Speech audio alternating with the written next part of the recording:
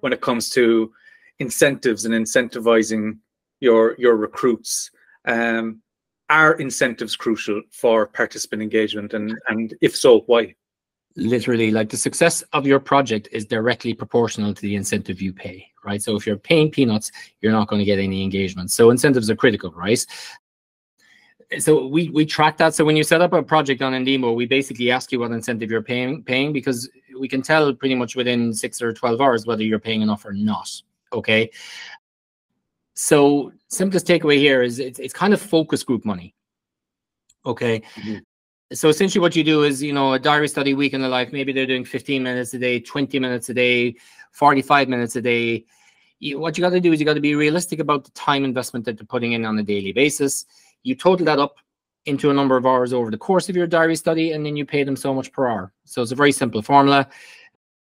You know, 15, 20 minutes a day over the course of a week in the UK. Your average UK consumer diary study is probably 75 to 100 quid. In the US, it's typically maybe $125 to $175. That would be the normal. If it's all in home, it'll be less. If you want to send them out shopping, or if they have to travel or go out of home, you should be paying more.